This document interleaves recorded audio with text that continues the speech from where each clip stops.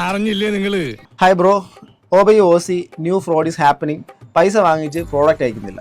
എന്താണ് നിങ്ങൾ ഈ പറയുന്നത്? അവനെ പറ്റിയിട്ട് നാട്ടുകാർക്ക് അങ്ങനെ ഒരു അഭിപ്രായം ഇല്ലല്ല. കേൾക്കണം, ഒരു ഫ്രോഡ് ഹാപ്പനിങ്, പൈസ വാങ്ങിച്ചിട്ട് പ്രോഡക്റ്റ് അയക്കുന്നില്ല. നിങ്ങൾ മനസ്സിലാക്കണം. എനിക്ക് ഈ പ്രശ്നം വയ്യ. എനിക്ക് ഞാൻ വല്ല കമ്മീഷൻ ഓഫീസിൽ പോയിട്ട് കീഴടങ്ങാൻ പോയി. ചേട്ടാ, അവരുടെ ഗൂഗിൾ റിവ്യൂസ് തന്നെ നോക്കിയാൽ മതി. ഇപ്പൊ ഒരുപാട് പേര് പൈസ പേ ചെയ്ത് ഓർഡർ ചെയ്തിട്ട് ജൂലൈ ആ ഒരു സമയത്ത് ഓർഡർ ചെയ്തവർക്ക് ഇപ്പോഴും പ്രോഡക്റ്റ് കിട്ടിയിട്ടില്ല. ഈശ്വര, ഇതൊക്കെ എന്റെ തലയിലാവൂലോ? അതെങ്ങനെ നിന്റെ തലയിലാവണം? പിന്നെ നീ കയറിയേക്കോ?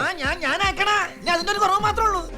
അപ്പൊ ആ റിവ്യൂസിന്റെ ഒരു സ്ക്രീൻഷോട്ടാണ് ഞാൻ ഇട്ടിരിക്കുന്നത്. അതേപോലെ ഞാൻ ഓർഡർ ചെയ്ത് എനിക്ക് ഇതുവരെ കിട്ടിയില്ല. ഞാൻ ജൂലൈ 30 ആ ഒരു സമയത്ത് ഓർഡർ ചെയ്തത്. എന്റെ പഴനിമലാണ്ടവനെ മുരുക. പിന്നെ അവരോട് ചോദിക്കുമ്പോൾ ഒരു റിപ്ലൈയും ഇല്ല, മെസ്സേജിന് റെസ്പോൺസ് ഇല്ല. ഒരു മെസ്സേജിന് വല്ലതും റിപ്ലൈ ചെയ്യും, വാട്ട് ഈസ് യുവർ നെയിം അങ്ങനെ വല്ലതും ചോദിക്കും. അത് കഴിഞ്ഞിട്ട് റിപ്ലൈ ഒന്നും ഉണ്ടാവില്ല. പിന്നെ ശരിപ്പെടുത്ത്, എന്റെ ചെവി കുറ്റിക്ക് അടിക്കണം. ഞാനതൊന്നും ചെയ്യില്ല. ഞാൻ അവിടെ നിന്ന് ഓർഡർ ചെയ്യാറില്ല പൊതുവെ. പക്ഷേ ഈ അടുത്ത് ദിയ വീഡിയോയിൽ ഇങ്ങനെ പറഞ്ഞു സ്റ്റാഫിനെ മാറ്റി, ഇപ്പൊ ഭയങ്കര നല്ല സ്റ്റാഫാണ്, എല്ലാം പക്കയാണെന്ന് പറഞ്ഞത് കൊണ്ടാണ് ഓർഡർ ചെയ്തത്. പക്ഷെ മേലിൽ അവന്റെ ഭാഗത്ത് നിന്ന് ഒരു തെറ്റും വരാതെ ഞാൻ നോക്കിക്കോളാം. പക്ഷേ ഇത് അങ്ങനെ വിട്ടുകളയാവുന്ന ഇൻസിഡന്റ് ആണോ?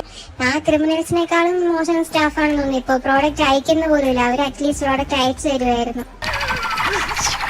ഇവര് പൈസ പേ ചെയ്തിട്ടും വെബ്സൈറ്റ് വഴി എല്ലാം ചെയ്തിട്ടും ഇത്രയും ഡിലേ ആണ്, റിപ്ലൈയും ഇല്ല. അപ്പൊ കിട്ടുമോ കിട്ടില്ലേന്ന് പോലും നമുക്കറിയില്ല. ഇതുപോലെ ഒരുപാട് റിവ്യൂസ് കിടപ്പുണ്ട് ഗൂഗിളില്. മാന്യതയുടെ മുഖം മൂടി അണിഞ്ഞ ചില ആളുകളാണ് കുറ്റവാളികളെന്ന് ഞങ്ങൾ മനസ്സിലാക്കി. അതിനകത്ത് ഒരു വ്യക്തി മാത്രമാണ് 1-2 പേര് ഇതിന് മുമ്പ് അയച്ചിട്ടുണ്ടായിരുന്നു. സംഭവം അത് വളരെയധികം ഞാൻ അതിന്റെ ഡീറ്റെയിൽസ് അയക്കാൻ വേണ്ടിയിട്ട് പറഞ്ഞപ്പം അധികം ഡീറ്റെയിൽസ് ഒന്നും എനിക്ക് കിട്ടിയിട്ടില്ലായിരുന്നു. അതുകൊണ്ട് തന്നെ എനിക്ക് അതിനകത്ത് ഒന്നും ഞാൻ ചെയ്തിട്ടില്ല. പക്ഷെ ഇത് നോക്കുമ്പോഴേക്കും ഇത് അവർ പൈസ കൊടുത്ത് വെയിറ്റ് ചെയ്ത് അതിനുശേഷം വീണ്ടും എക്സ്ക്യൂസ് പറഞ്ഞ് അതിനുശേഷം വീണ്ടും നീട്ടിക്കൊണ്ടുപോയി അങ്ങനെ പറഞ്ഞ് മാറ്റി പറഞ്ഞ് എന്തോ കാണിക്കുന്നത്. ആ സ്ഥാപനത്തിൽ നിന്ന് പൈസ കൊടുത്ത് വാങ്ങുന്ന വ്യക്തിക്ക് ആ സമയത്തിന് സാധനം കൊടുക്കേണ്ട ഒരു ബാധ്യത, കടമ, കർത്തവ്യം അത് തീർച്ചയായിട്ടും നീതിയുക്തമായിട്ട് അവർ ചെയ്യേണ്ട കാര്യമാണ്.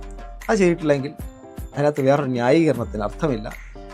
ദ്രോഹിക്കാനായിട്ട് തന്നെ വന്ന് കയറിയിരിക്കുകയാണ് അശൂലം. ഇനി ഞാനിവിടെ നിന്ന് ഡയലോഗ് പറഞ്ഞാൽ കരഞ്ഞു പോകും. ഉസ്മാനെ രക്ഷപ്പെട്ടോ.